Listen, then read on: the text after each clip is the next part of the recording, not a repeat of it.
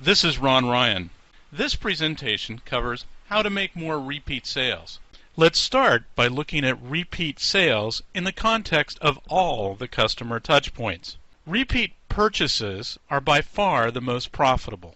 Your acquisition costs will vary by a variety of factors, including industry, distribution channel, customer segment, and season. But experts agree it costs 4 to 6 times more to acquire a new customer than it does to retain an old one. Retail experts estimate that the average U.S. company loses 50% of its customers every 5 years. Repeat sales, those with little or no new customer acquisition cost, are especially profitable ones for most companies. Automatic sales, those that bypass your sales department and go automatically to fulfillment, are the most profitable sales of all. If you subscribe to a newspaper with home delivery, then you understand the subscription model. Apply the subscription model to your industry in a creative way, and you may have the basis for an industry-changing consumer offer. This is what Netflix did to Blockbuster Video. Diapers.com, a subscription diaper and baby products sales company, was sold to Amazon.com in 2010 for $540 million. Diapers.com founders realized that consumers wanted larger selections of diapers and that consumers wanted the convenience of receiving deliveries of these diapers at regular intervals at their home. DollarShaveClub.com noticed that we don't always remember to pick up replacement razors when we go to the grocery store, and many of us tire of shaving ourselves with dull razors. LensDiscounters.com has figured out we need replaceable contact lenses to be sent to us on a monthly basis. Who can remember to go to the optometrist or the local retail vision care store once a month to pick up new contact lenses? So, if repeat sales are profitable and potentially game-changing in customer-facing industries, why don't more companies exploit this opportunity? Here are some reasons we have found that companies don't make as many repeat sales as they might. The first reason is that not enough companies have customer-level tracking of purchases, preferences, or customer needs. These same companies don't offer their customers an easy or automatic means of making a repeat purchase. Their follow-up is incomplete or inadequate, and quite often they use the wrong communications channel to follow up with their customers. As the customer's needs change, the offer doesn't.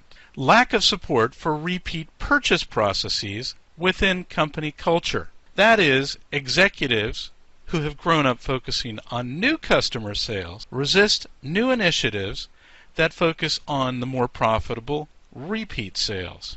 No customer-level tracking of purchases, preferences, or needs. You do need a customer relationship management system, or CRM. But please don't be intimidated by the word or what you think it represents if you don't have one. This is less about software and more about thinking about what data you have and what your clients need. In our experience, companies have a great deal more data than they think they do. Email addresses, purchase records, purchase timing information, and other information from your suppliers can be combined in very creative ways to develop marketing campaigns that touch your repeat customer. Do you offer an automatic purchase option at the point of sale or at the first repeat or renewal purchase? Here's a best practice. Amazon.com offers 2 ways to purchase this water filter. The first is a regular purchase. The other is an automatic repeat purchase that ships the product to the customer every 6 months. Interestingly, the rave reviews on this website for the product come from mostly customers who are purchasing the product on a repeat basis. Now Amazon is offering both a product and a repeat sales service. Does your current billing system accommodate add-ons, upgrades, downgrades, renewals, or suspensions? If not, take heart.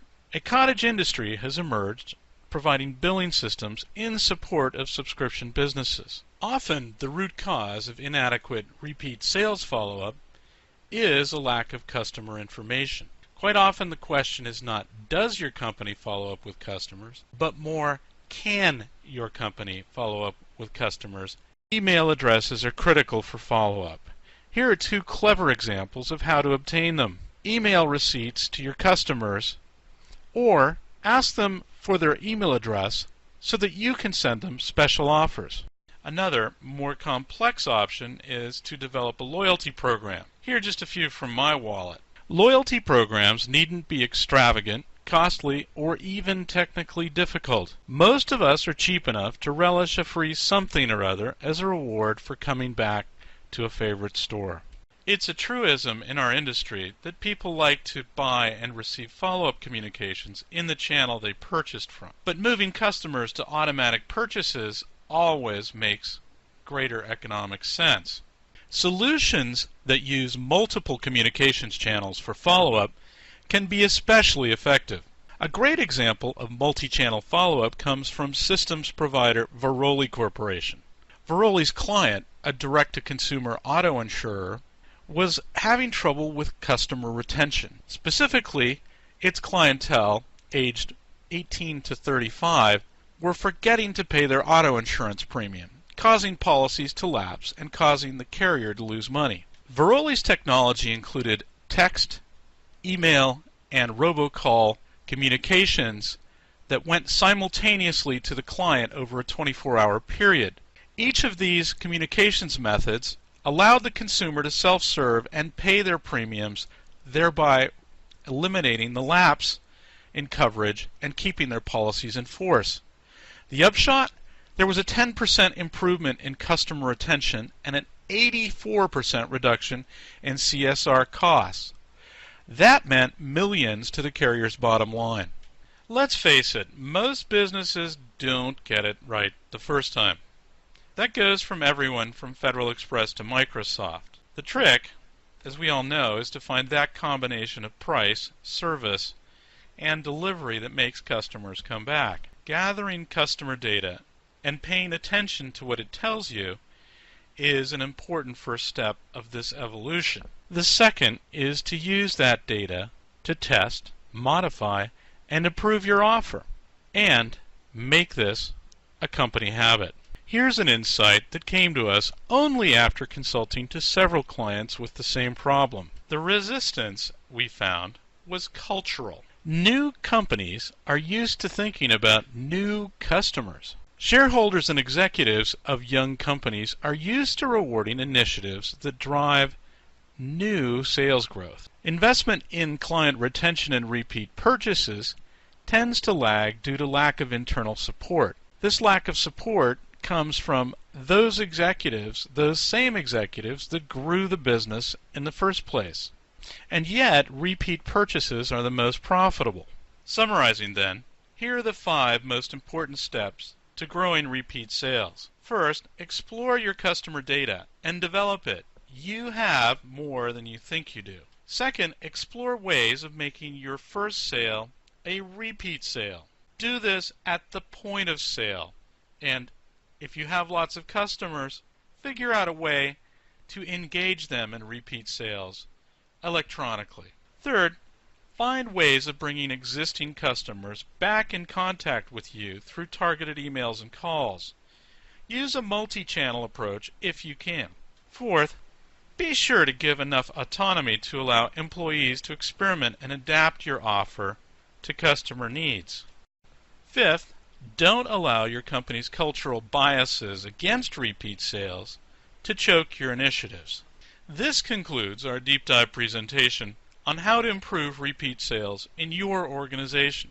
We realize that this presentation only scratches the surface of initiatives that your company can take to improve its repeat sales and customer retention. Be sure to check out some of our other presentations on how to improve your online sales process, telesales, or customer service and fulfillment. Thank you for listening.